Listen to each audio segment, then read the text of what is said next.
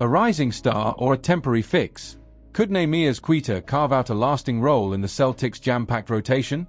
This is the question fans are asking after the Celtics' recent victory over the Clippers. While the spotlight initially shone on Kristaps Porzingis' return, it was Neemias Queta who quietly stole the show, stepping up when his team needed him most. After being benched the previous game due to defensive lapses, Queta seized the opportunity granted by the absence of Al Horford and Luke Kornet. Over 25 minutes on the court, he delivered a near double-double with 12 points, 9 rebounds, 4 blocks, and 2 steals, showcasing a mix of grit and finesse. Beyond his scoring, Queta demonstrated his versatility, contributing 3 assists and setting robust screens to open up plays for teammates. This performance was a reminder of why Queta initially earned his spot in Boston's rotation earlier this season. But the bigger question remains: will he continue to have opportunities as Boston's roster regains full health? With Horford expected back against the Bulls and Kornet's status still uncertain, Queta's minutes could dwindle. Porzingis will undoubtedly resume his role as the starting center, but how coach Joe Mazzulla manages Horford's minutes, whether as a center or a power forward, will dictate opportunities for reserves like Queta. Interestingly, Queta remains optimistic about the team's ability to integrate him into the lineup, even with the potential return of a double big strategy. We can play double bigs as well sometimes. There's always room for just everybody getting in. So we come in every day ready to go, Queta remarked with confidence, suggesting he sees a path to consistent contributions. Double bigs. A new defensive dynamic. Queta believes the presence of Porzingis alongside him could amplify his defensive impact. It can change a little bit. I might not have to help as much at the rim, Queta explained. But having another rim threat, someone who can catch lobs and shoot threes, just boosts our team and gives us a completely different look. This approach might address one of Boston's lingering weaknesses: rim protection. Through 18 games, the Celtics have shown some vulnerabilities in their paint defense, something Mazzulla acknowledges as an area for improvement. We've got to get better at protecting the rim, Mazzulla admitted. When we're fully healthy, it allows us to experiment with different lineups, like double bigs, where rim protection becomes easier thanks to our versatility. Even with Horford averaging 28 minutes per game and the Celtics likely to manage Porzingis' workload cautiously, opportunities will exist for Boston's depth players. However, Queta will need to demonstrate consistency if he hopes to outshine Kornet or Xavier Tillman for those minutes. Monday's performance was a strong statement, but sustaining that level of play will be key.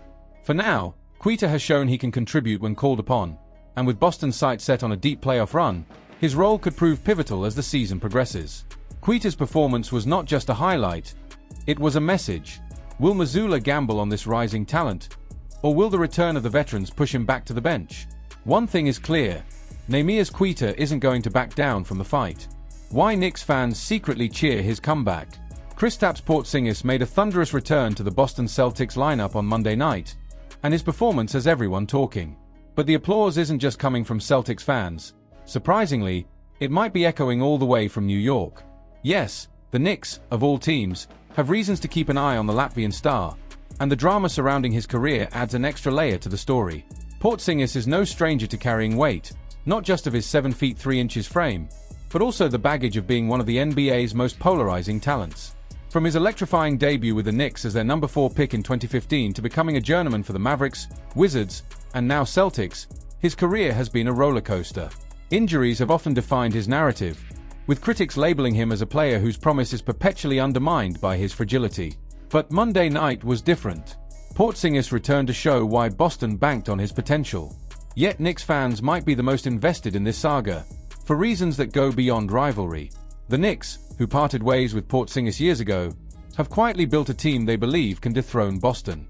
With stars like Michael Bridges and OG Anunoby ready to clamp down on Jason Tatum and Jaylen Brown, and the addition of Karl-Anthony Towns to stretch the floor, New York has assembled the tools to exploit Boston's weaknesses. Here's where it gets intriguing. The Knicks' game plan relies heavily on Boston's vulnerabilities when Porzingis isn't on the floor. Without him, Boston's paint defense crumbles, leaving room for players like Anunoby to wreak havoc. Ironically, Knicks fans might find themselves rooting for Porzingis to stay healthy. A strong, active Porzingis could help Boston maintain its current identity, which the Knicks seem tailor-made to exploit in a playoff showdown. Porzingis' place in the Celtics title chase. For Boston, Porzingis is a game-changer when healthy. His ability to space the floor and protect the rim gives the Celtics a versatility few teams can match. But his shooting struggles in Monday's game, just 1-4-6 from beyond the arc, underscore a lingering question. Can he be the consistent presence Boston needs?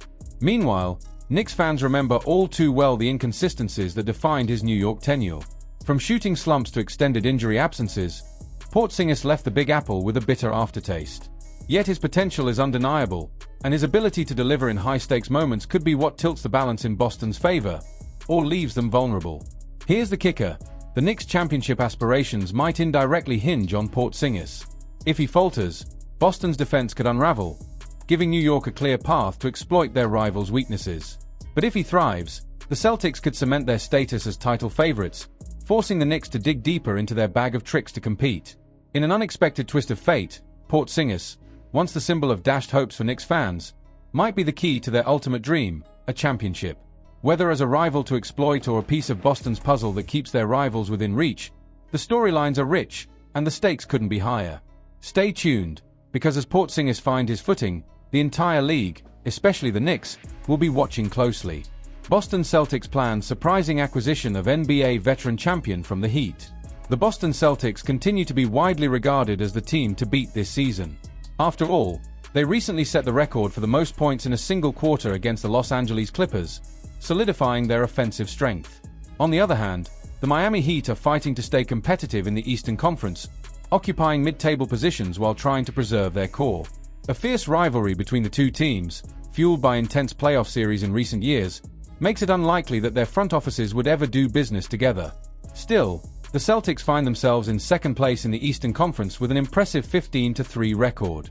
This raises the question, why is there any pressure to make additional moves before the February trade deadline? While no major changes are needed, adding an experienced big man to contribute solid minutes in the absence of Kristaps Porzingis could be the necessary difference maker. Porzingis recently made his regular season debut against the Clippers, but his injury-prone history has led many to doubt his ability to stay healthy. Amid this uncertainty, the website Fansided proposed a deal that could reinforce the Celtics' frontcourt. Heat receive Jaden Springer and 2 second-round picks. Celtics receive Kevin Love. This potential move only makes sense if the Heat decide to embrace a rebuilding phase, which could start with the departure of their star Jimmy Butler. Trading Kevin Love, a veteran nearing the end of his career, would signal the franchise's readiness to redefine its identity for the future. While the Heat would likely prefer to send the NBA champion elsewhere, it's hard to imagine a better offer. Jaden Springer, at just 22 years old, has significant potential and could develop into an important piece of the rotation under coach Erik Spoelstra. What does this mean for the Celtics? For Boston, acquiring Kevin Love isn't just about depth. It's an attempt to solidify the roster and avoid vulnerabilities in the absence of Porzingis or other frontcourt players. Love's playoff experience, combined with his ability to space the floor with long-range shooting, would be a valuable addition to a team already eyeing another title. But will this historic rivalry allow for such a transaction? The answer could lie in the next chapters of this intriguing NBA saga.